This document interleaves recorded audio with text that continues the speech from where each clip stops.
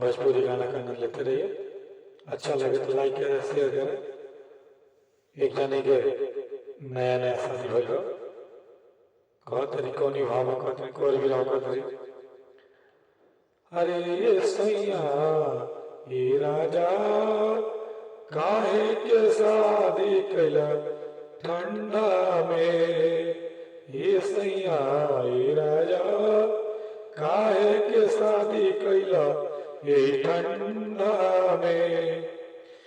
रोहे किनारे गोत तोहे काहे कैला शादी ठंडा में। ये राजा ये सैया काहे शादी कैला ठंडा में।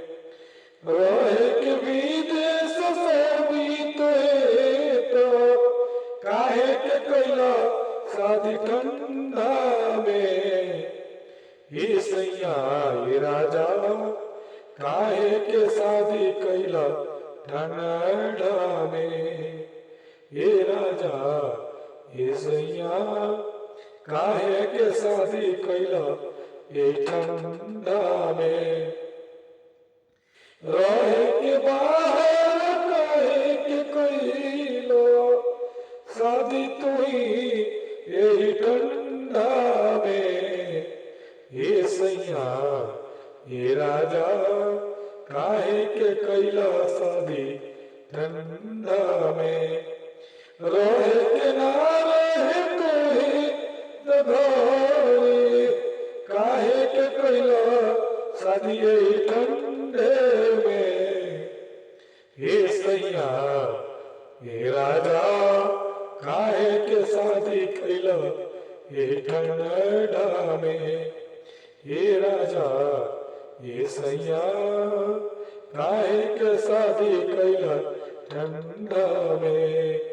रहे के विदेश काहे के कैला शादी कर लिया यही ठंडे में। ये सैया ये राजा ये सैया ये राजा काहे के गाना करल ये ठंडा में।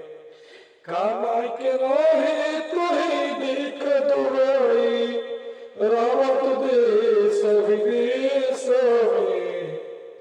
ये सैया ये राजा काहे के शादी कैला ये ठंडा में। ये सैया ये राजा काहे के शादी कैला ठंडा में। ये सैया ये राजा काहे के शादी कैला ठंडा में।